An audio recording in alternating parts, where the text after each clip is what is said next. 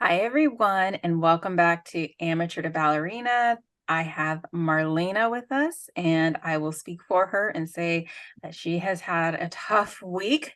So, how are you doing with your tough week? I'm doing okay.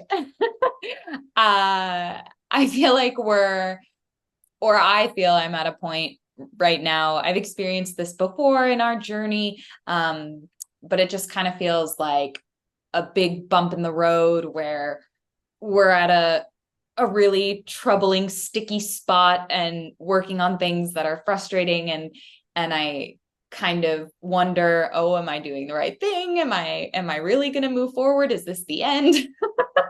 But we always move past it and then my technique goes to another level. So I just feel that that's the spot I'm in right now and it's a little grim. It's a lot of effort, but I know we will come out on the other side. It's just we're in the thick of it right now. Yeah, so something I think that most people skip over when they think about what it takes for the greats to be great, especially in dance, is you have to go through this part. You have to go through the parts where you either show up or you make an excuse. Mm. You either get yourself to do it physically and you don't let yourself make excuses for it. You don't go to bed until you figure it out, or you baby yourself until your dreams fade away. And Mm-hmm. that's the unfortunate part for the people who just never learn to push themselves. And with you this week, I was just like, really didn't give you room to whine at all. I was just like, next thing, what's next? Don't have time for your feelings. Would love to. And it's hard on your end, but it's really hard on my end because I am an F2. I have feelings. I don't like doing that. But I also know how necessary it is to not wallow and Mm-hmm. to get to yourself to the next point. And luckily, we got to receive results from it. Like we got to go through some things that we really needed to get through on point. I told you this week was going to be a lot of point work, and it was. It was a lot of, there were a lot of challenges. There was some technique that we needed to really up the ante on and really level up. So I know it was tough, but you did great. And I'm sorry that, like honestly, just when we're working, we like there's parts I can't hold your hand anymore. It's like, girl, sink or swim, Mm-hmm. sink or swim. And I know it feels probably shaky and sometimes for you. Yeah. Sink or swim. I think that's a good analogy. I think there were parts where I felt I was drowning and trying so hard to stay afloat. But I did learn a lot this week, especially on point. We worked a lot on replacing the heel um, in my ups and springing up. And I've never felt so much power and stability from the spring. So that was really great to work on.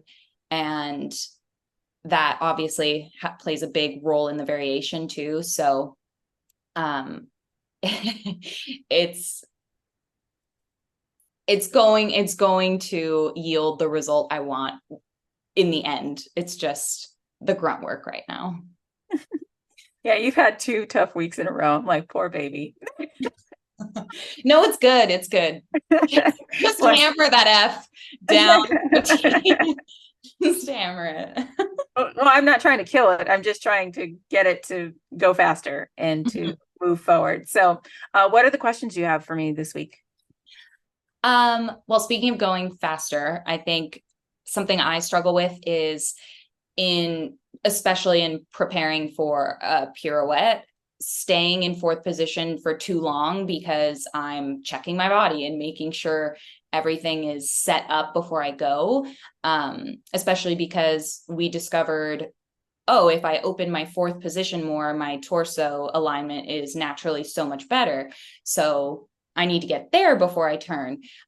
So how do I balance making sure my alignment is correct before I turn without taking too darn long? So I would say just knowing your body. So with me, I know that I have a rib out and that goes to the side, and that's usually on my left side. And it's also the same shoulder that comes up. You have the same thing, but it's on your right side. So doing rib check, shoulder, torso lifted is perfect. You got that. Then you do the turnout and you go. Literally takes 2 seconds. So learning to do it quickly at the bar or during your warm up will help a lot. Mhm. That way it will be less than a 2 second check, like do. I actually, when I was learning placement, I came up with that system, like, okay, just learn your body real quick.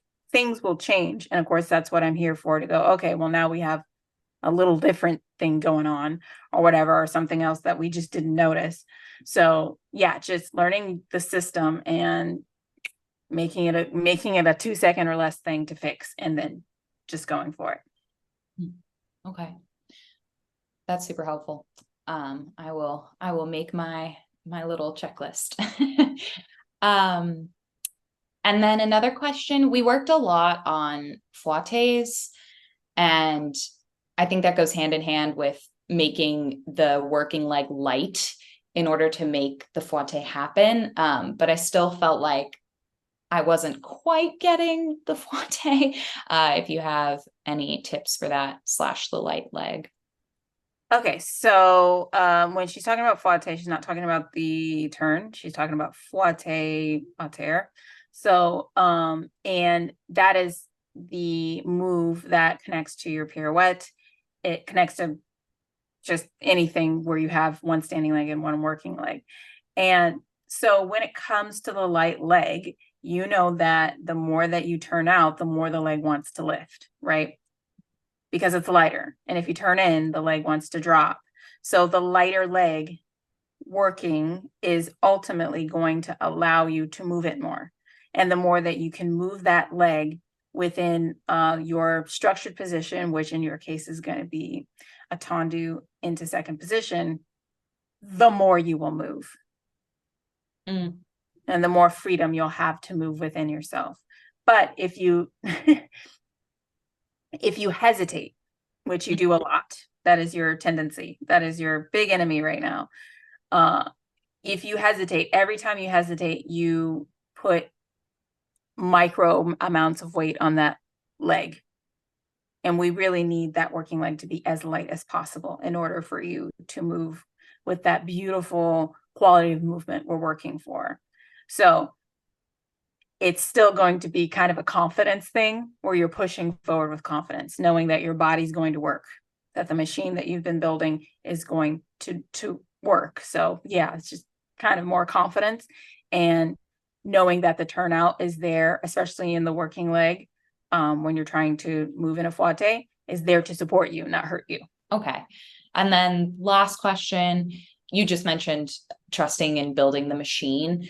I think I'm struggling with trusting my machine so that I don't hesitate, while also recognizing we have broken so many things down this week, and I've done one move maybe 50, 100 times because it's not exactly there yet. So then I'm thinking, oh, how do I trust the machine if the machine isn't doing it? This is going to sound very esoteric, but I don't care. You're going to have to quantum leap, as they say. You're going to take the smallest bit of positivity that you get from any one exercise that you do, and you're going to take that energy and put it into the next thing and get yourself closer and make it your progress line. Okay, I'm closer. Did I stay up a little longer? Was I able to rondage this time? Did I not fall back as far? Was I able to at least feel my leg? Something. You're going to take something into the next exercise so that you have something to hold on to. Because otherwise, you're going to feel like, oh, I didn't get it perfect every time, instead of saying, I'm a little closer to what I want. So it's knowing that your body is capable. As you said, we've been building your machine. We have literally left nothing off of the table. We worked on everything from literally your face. We worked on your facial structure and how you hold your face and how you hold your head to the bottom of your toes. We have left nothing off of the table. We've been working on your machine for over 3 years.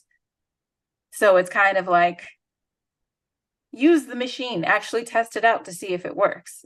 You should be almost, I would say, feelings and thinking wise, a scientist.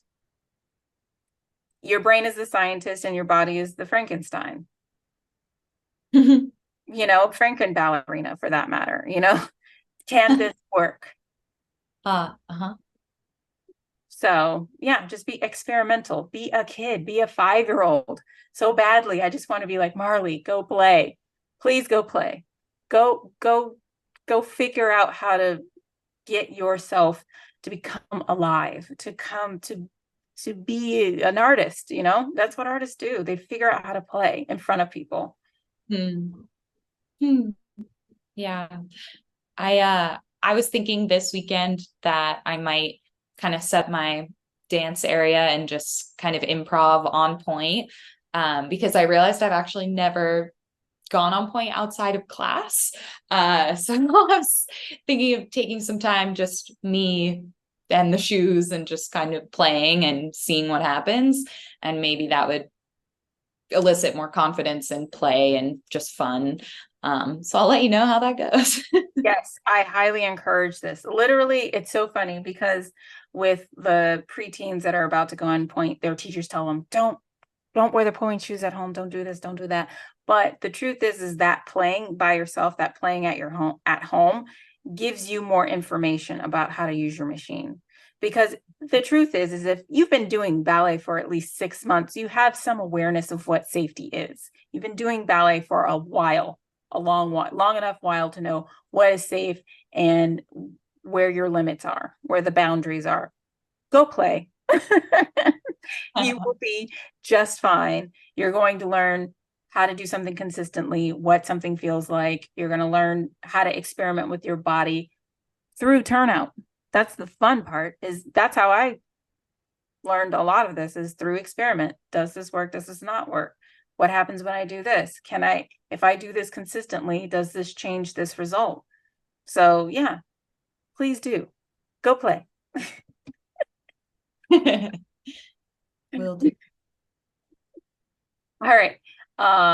Anything else you want to talk about? That's all I had. Okay, cool. So next week, here's some things that you should look forward to. We're going to be running the variation on point. All of the technical point work that we did this week is to add to your variation and stuff. So just be prepared to do tons of stamina runs. You're going to need to take care of yourself, eat lots of carbs, enjoy your week. Of course, you'll have Thursday off, but you're going to be fine. But yeah, don't come in stiff. Come in ready to play and experiment, because you're going to be building the variation technically, which you pretty much have the technique of the variation, and then character. So just, be ready to play. Okay. Ready. Just like that. All right, cool. So thank you guys so much for watching. Feel free to subscribe and comment if you've ever had a week like this in ballet where you feel that things were getting better, but it was just extremely hard on your soul.